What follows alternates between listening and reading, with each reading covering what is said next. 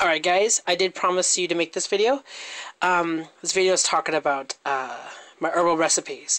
But I want to talk about how to make what the tools that you need and the storage. And I believe that's very important.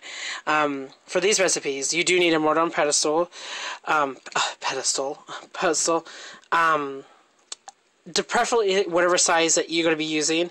If you are going to be making bulk items, I advise you to get a big one. If you're making small items, I advise you to get smaller ones. You can also use I've seen some of them, the stone ones, the rock ones, which is the really good ones. I kind of like them a little more than this, but I use this. This is a really good size for me. Storage. As you see, there's plenty of examples here of storages of how to store herbs, or incense, or sachet, which I don't have a sachet presently here because I don't have one to show to you, and I don't like making things just to show off. I like to make things that are in need. First off, I store all my herbs in baby food jars. I clean them with, basically, I consume whatever's inside. I wash them out really thoroughly. I air dry them. I sun air dry them, actually. I pour rubbing alcohol into them. I kind of evaporate the smell. The certain ones linger behind, like applesauce, and the banana ones kind of linger a little bit. And then I basically air dry it, in the sun, and it comes off. If you have a better way of cleaning baby jars, go for it. I mean, I'm not here to tell you what's right and wrong. I'm here to kind of guide you. So you can store them in here in baby food jars. As you see, I got some stored in here. Labeling is very important. I personally know what these three. I know these personally because I just made them. But labeling, like this one's Love Incense. Always record the recipes that you make them. I am very big on recording. Record. Whatever you have, record it. These are really good. You can get these at Michael's or whatever convenience store for $1. These are really good because they're airtight. And I noticed that my kind of last longer and the less moisture gives, they tend to get clumpy. Here's this sample for a really big one. Here's the one I really love the most. This is my Lavender Betony. This is my protection traveling one. I like to put it in here and charge it up a little bit. And it's good to have the herbs in here while charging next to a candle. I mean, you can have them in here and charge it, but this is the making tool. I like to call it the making tool. This is your making tool. This is like this is your bowl mixer tool, and you kind of don't want to clog this up a little much because you want to make a little more. So I like to transfer the herb into this, and then I have it next to a candle and charge it up. Because you really don't want certain herbs or certain herbs with oils infused with a little bit oils staying here, because it does embed it in there really deeply, and it's hard to clean it back up. The best method is dish soap and lukewarm water and a little brush that you can care less, kind of a little hand brush that it's only meant for this purpose, and it's easy to scrub it. I can only get it clean so much. But this is how I store my herbs. The recipes I'm going to write down there below this description. My love incense.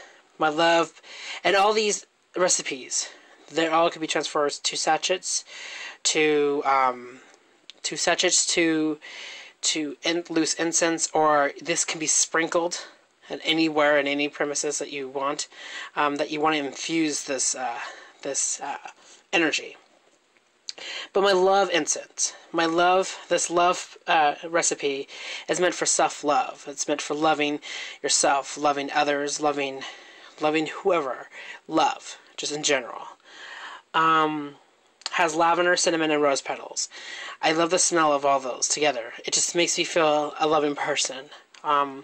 Protection, a traveling protection, is Betony and lavender. The reason why I picked those is because every time I have those together, the smell, they just make me feel very, very like, I can go anywhere I want and I feel safe. Safe as houses. The money one.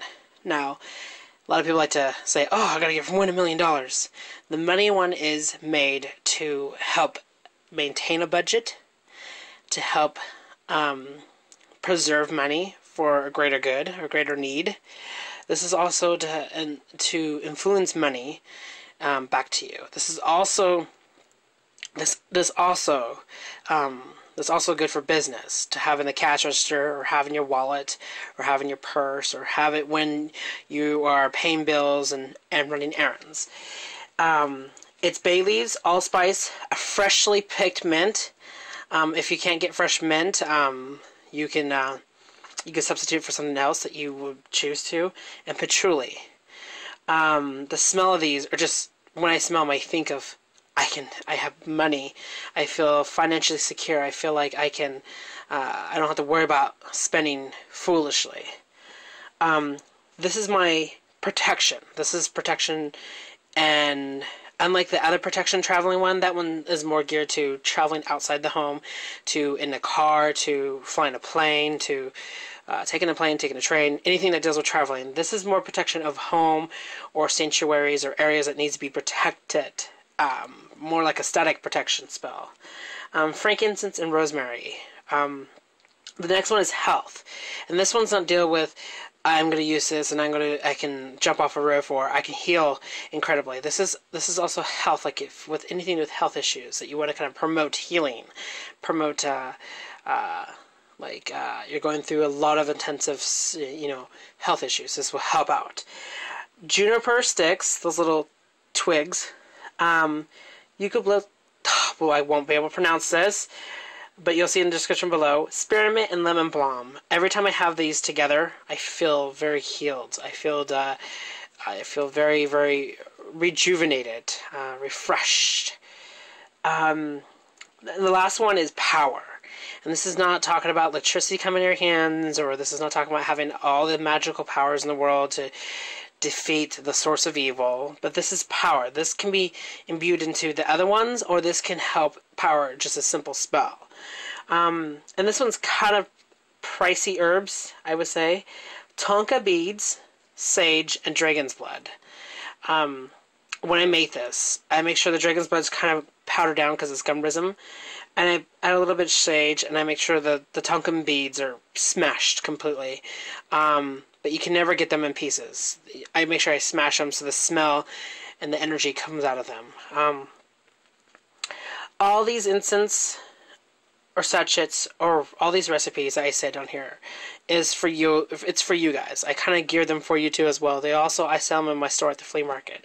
I do gear them for you guys to keep them, write them in your book of shadows, but make sure you write, where you got them from. I always like to where I got it from underneath the thing. But you guys can copy it from below, whatever. All these herbs and most of the stuff can be purchased at your metaphysics stores. If not, search online for some shoppies online to find these and whatnot. What am I forgetting here? I'm probably going to forget something. But these can be transformed to loose incense, to just sprinkling on the ground, to infuse them on a spell on a table. These can be used for anything and anything. Whatever. You could add them, you can subtract whatever, you can substitute whatever. You could do whatever with the recipes. It's for you guys too as well. I hope this helps you guys out. Blessed be.